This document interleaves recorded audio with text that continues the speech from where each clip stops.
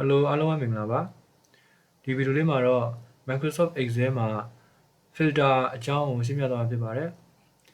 ဒါဆိုရင်ပထမဆုံးကျွန်တော်တို့ဒီမှာ filter သွားလိုက်ကြမယ် filter ဒီမှာဆိုလို့ရှိရင်တော့ home tab ထဲမှာဒီမှာ editing ဆိုတဲ့ခေါင်းစဉ်ခွဲလေးအောက်မှာဒီမှာ sort and filter ဆိုတာရှိပါတယ်အဲ့ဒီဒီမှာ filter ဆိုတာရှိပါတယ်အဲ့ကျွန်တော်တို့ဒီမှာ filter မဖွင့်ခင်တော့ဒီမှာကျွန်တော်တို့ဒီခေါင်းစဉ်ကို select ပေးရမယ်ဒီတစ်ခွက်ဖြစ်ဖြစ်နှစ်ခွက်ဖြစ်ရမယ်ကျွန်တော်တို့ကဒီမှာအောက်မှာ data တွေရှိပါတယ် data ရဲ့အပေါ်မှာသူရဲ့ခေါင်းစဉ်လေးတွေရှိတယ်အဲ့ဒီခေါင်းစဉ်ကိုခေါင်းစဉ်ရှိမှ filter ကအသုံးပြုရမှာပါကျွန်တော်တို့ဒီမှာဆိုခေါင်းစဉ်ရှိတယ်အဲဒါကြောင့်ဒီမှာဒီခေါင်းစဉ်ကိုဒီမှာ cursor ထောက်လိုက်မယ်သို့မဟုတ်ဒီဟာကို select ပေးလိုက်မယ်နောက်ပြီးခါမှဒီမှာ filter ဆိုဖွင့်လိုက်မယ်အဲဆိုလို့ရှိရင်ဒီမှာအတုံးလေးတွေပေါ်လာပါတယ်အဲ့ဒါတော့ filter ကိုရှိတ်ထားရပေါ့နော်အဲဆိုလို့ရှိရင် filter ရှိလိုက်ပြီဆိုလို့ရှိရင်ကျွန်တော်တို့ဒီမှာဒီ filter ဒီခေါင်းစဉ်အောက်မှာရှိတဲ့ဒီ data အားလုံးကိုတူရအားလုံးကိုသူကဒီထဲမှာလာပေါ်တယ်ဒီမှာဆိုလို့ရှိရင်deployment ဆိုရင်တော့ယူလိုက်မယ် okay အဲ့ဒါလည်းလို့ရှိရင် deployment နေပဲကြာလာတယ်ကျန်တာတွေကမပေါ်လာတော့ဘူးဒီလိုတိုင်းပဲ deployment နဲ့ resize လို့ကျွန်တော်ဆိုလို့ဒီနှစ်ခုကို check ပေးလိုက်မယ်နောက်တော့ okay နေလိုက်မယ်ဆိုလို့ရှိရင်ဒီမှာဒီနှစ်ခုပဲပေါ်လာတော့တယ်နောက်ပြီးတော့ဒီဟာကိုslide လုပ်ပြီးတော့ရွေးချယ်လိုက်လို့ရှိရင်ဒီမှာစုစုပေါင်း block ဆိုတာကိုမြင်ရတယ်အလွယ်တကူမြင်ရတယ်ပေါ့နောက်ပြီးတော့ filter နဲ့နောက်ထပ်ဘယ်လိုသုံးရသေးလဲဆိုလို့ရှိရင်တော့ဒီမှာဥပမာဒီ hours ကိုရေးလိုက်မယ် hours မှာ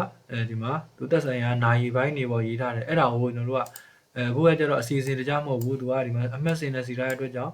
များတဲ့လူကများတယ်နည်းတဲ့လူကနည်းတယ်အစီအစဉ်တမရှိဘူးအဲ့တော့ကျွန်တော်တို့ကအနည်းကနေအများကနေအနည်းဘယ်လိုလုပ်ပြီးတော့filter လုပ်မယ်စစ်မလဲဆိုလို့ရှိရင်ဒီမှာဒီဟာကိုတစ်ခေါက်နှိပ်လိုက်တယ်နှိပ်ပြီးတော့ဒီမှာ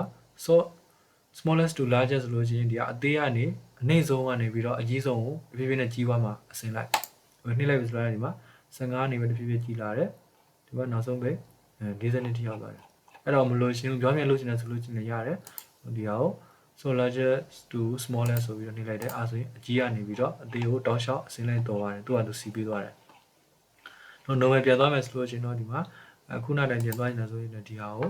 ပြန်ပြီးတော့ smallest to largest ဆိုရင်တစ်ကနေဒီမှာ94ထိပြန်ပြီးတော့စီးပေးလိုက်မယ် filter ကိုရှာတဲ့အခါဒီ home tab ရဲ့ဒီ editing အထဲမှာဒီ sort and filter ဆိုတာရှိသလိုနောက်တစ်နည်းအားဖြင့်လည်းခြားလို့ရသေးပါတယ်အဲ့ဒါကကြတော့ကျွန်တော်တို့ဒီမှာ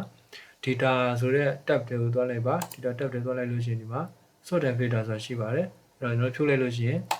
ပျောက်သွားပြီကျွန်တော်ပြန်ဖွင့်မယ်ဆိုလို့ရှိရင်ဒီဟာ select ပေးလိုက်မယ်ခေါင်းစဉ် select ပေးလိုက်မယ်နောက်ပြီးတော့ဒီမှာ filter နှိပ်လိုက်တဲ့အခါ filter ပြန်ပေါ်လာပါပြီဟုတ်ပါပြီဒီနေ့ဗီဒီယိုကတော့ filter အကြောင်းရှင်းပြသွားဖြစ်ပါတယ်